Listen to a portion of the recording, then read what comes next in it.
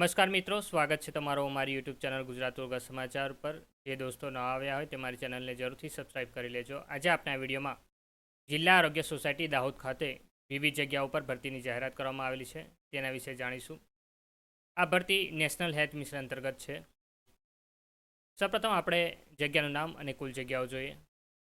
પહેલું છે programme associate nutrition એક જગ્યા ઉપર, ન્યુટ્રિશન આસિસ્ટન્ટ NHM એક જગ્યા ઉપર, ન્યુટ્રિશન આસિસ્ટન્ટ ગતિશીલ એક જગ્યા ઉપર, સ્ટાફ નર્સ 3 જગ્યા ઉપર, RBSK ફિમેલ હેલ્થ વર્કર 12 જગ્યા ઉપર, આયુષ તબીબ પુરુષ 6 જગ્યા ઉપર,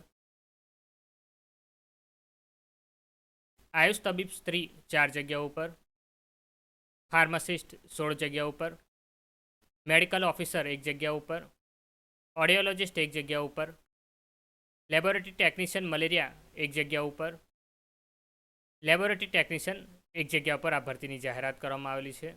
હવે આ તમામ જગ્યાઓ માટેની આપણે વિગતવાર માહિતી મેળવીશું। પહેલું છે પ્રોગ્રામ એસોસિએટેડ ન્યુટ્રિશન, જેની કુલ જગ્યા 1 છે, જેની એજ્યુકેશન ક્વોલિફિકેશન ઉમેદવારે MSc ઇન ફૂડ ન્યુટ્રિશન કરેલું હોવું જોઈએ અથવા તો post graduate diploma in food nutrition કરેલું હોવું જોઈએ તથા ઉમેદવાર કોમ્પ્યુટરનો જાણકાર તથા ગુજરાતી અને અંગ્રેજી ટાઈપિંગ કરતાં આવડવું જોઈએ, જેનો પગાર ધોરણ 16,000 પર મંથ છે અને વય મર્યાદા 35 વર્ષથી વધુ નહીં। બીજું છે ન્યુટ્રિશન આસિસ્ટન્ટ NHM, જેની કુલ જગ્યા 1 છે, જેની એજ્યુકેશન ક્વોલિફિકેશન ઉમેદવારે MSc અથવા તો BSc ઇન ફૂડ ન્યુટ્રિશન કરેલું હોવું જોઈએ અથવા તો BA MA home science nutrition કરેલું હોવું જોઈએ। ઉમેદવારને કોમ્પ્યુટરનું નોલેજ તથા ગુજરાતી અને અંગ્રેજીનું ટાઈપિંગ કરતાં આવડવું જોઈએ। વય મર્યાદાની વાત કરીએ તો 35 વર્ષથી વધુ નહીં। ત્રીજું છે ન્યુટ્રિશન આસિસ્ટન્ટ ગતિશીલ, જેની કુલ જગ્યા 1 છે, જેની એજ્યુકેશન ક્વોલિફિકેશન ઉમેદવારે BSc MSc ફૂડ ન્યુટ્રિશન કરેલું હોવું જોઈએ અથવા તો BA MA home science nutrition કરેલું હોવું જોઈએ।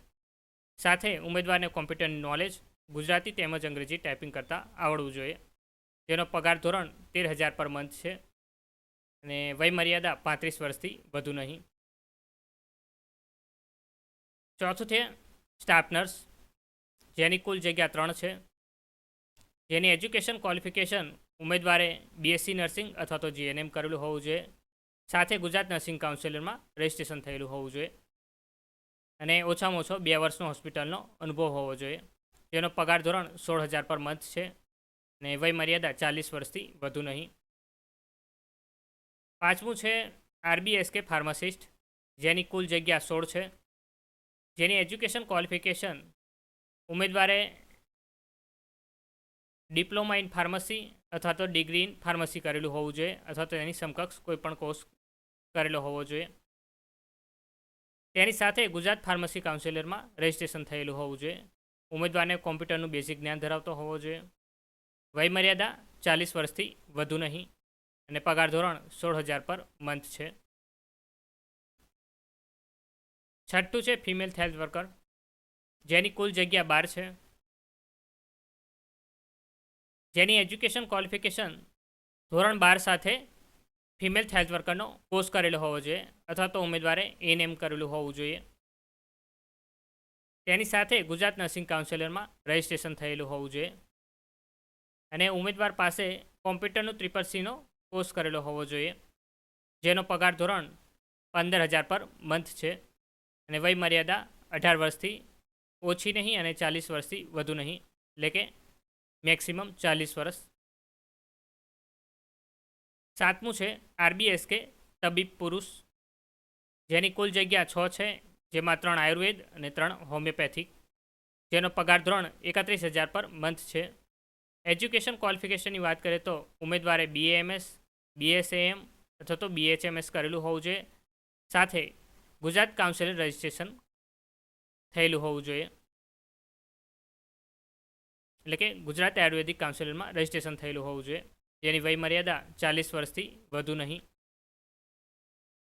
આઠમું છે RBSK તબીબ સ્ત્રી, જેની કુલ જગ્યા 4 છે, જેમાં આયુર્વેદ 2 અને હોમિયોપેથિક 2 2 છે, જેની એજ્યુકેશન ક્વોલિફિકેશન BAMS, BSAM અથવા તો BHMS ઉમેદવારે કરેલું હોવું જોઈએ,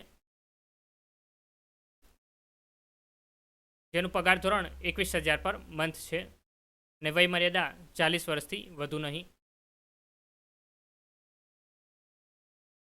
9મું છે લેબોરેટરી ટેકનિશિયન, જેની કુલ જગ્યા 1 છે, જેનું પગાર ધોરણ 20,000 પર મંથ છે, જેની એજ્યુકેશન ક્વોલિફિકેશન ઉમેદવારે બાયોકેમિસ્ટ્રી, બાયોલોજી અથવા તો માઇક્રોબાયોલોજી વિષય સાથે BSc કરેલું હોવું જોઈએ અને સાથે સરકાર માન્ય સંસ્થામાંથી લેબ ટેકનિશિયનનો કોર્સ કરેલો હોવો જોઈએ અને લેબ ટેકનિશિયનનો 1 વર્ષનો કામનો અનુભવ હોવો જોઈએ, જેની વય મર્યાદા 40 વર્ષથી વધુ નહીં.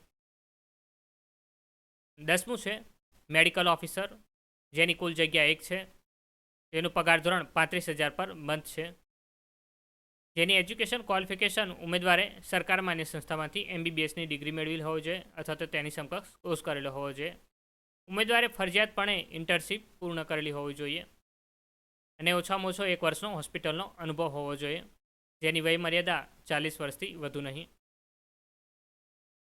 11મું છે ઓડિયોલોજિસ્ટ, જેની કુલ જગ્યા 1 છે, જેનો પગાર ધોરણ 19,000 પર મંથ છે, જેની એજ્યુકેશન ક્વોલિફિકેશન ઉમેદવારે ઓડિયોલોજિસ્ટ અને સ્પીચ લેંગ્વેજ પેથોલોજીના સ્નાતક હોવો જોઈએ અથવા તો BSc ઇન વાણી અને સુનાવણીનો કોર્સ કરેલો હોવો જોઈએ. 13મું છે લેબોરેટરી ટેકનિશિયન, જેની કુલ જગ્યા 1 છે, જેનો પગાર ધોરણ 20,000 પર મંથ છે, જેની એજ્યુકેશન ક્વોલિફિકેશન ઉમેદવારે BSc કરેલું હોવું જોઈએ અથવા તો ડિપ્લોમા ઇન મેડિકલ લેબોરેટરીનો કોર્સ કરેલો હોવો જોઈએ એટલે કે DMLT અને લેબ ટેકનિશિયન તરીકે 2 વર્ષનો કામનો અનુભવ હોવો જોઈએ અને ઉમેદવારને બેઝિક કોમ્પ્યુટર આવડવું જોઈએ, જેની વય મર્યાદા 40 વર્ષથી વધુ નહીં. હવે આપણે અગત્યની તારીખો જાણી લઈએ. આ બધી પોસ્ટ માટે માન્ય લાયકાત ધરાવતા ઉમેદવારોએ તારીખ 1/10/2024થી 10/10/2024 સુધી આ અરજી કરી શકશે. હવે અરજી કઈ વેબસાઇટ પરથી કરવી તેની વાત કરી લઈએ. ઉમેદવારે ઓનલાઈન અરજી આરોગ્ય સાથીની વેબસાઇટ એટલે કે arogyasathi.gujarat.gov.in પરથી કરવાની રહેશે, જેની લિંક તમને વિડીયોના ડિસ્ક્રિપ્શનમાંથી મળી જશે. હવે ઓફિશિયલ નોટિફિકેશનની વાત કરી લઈએ.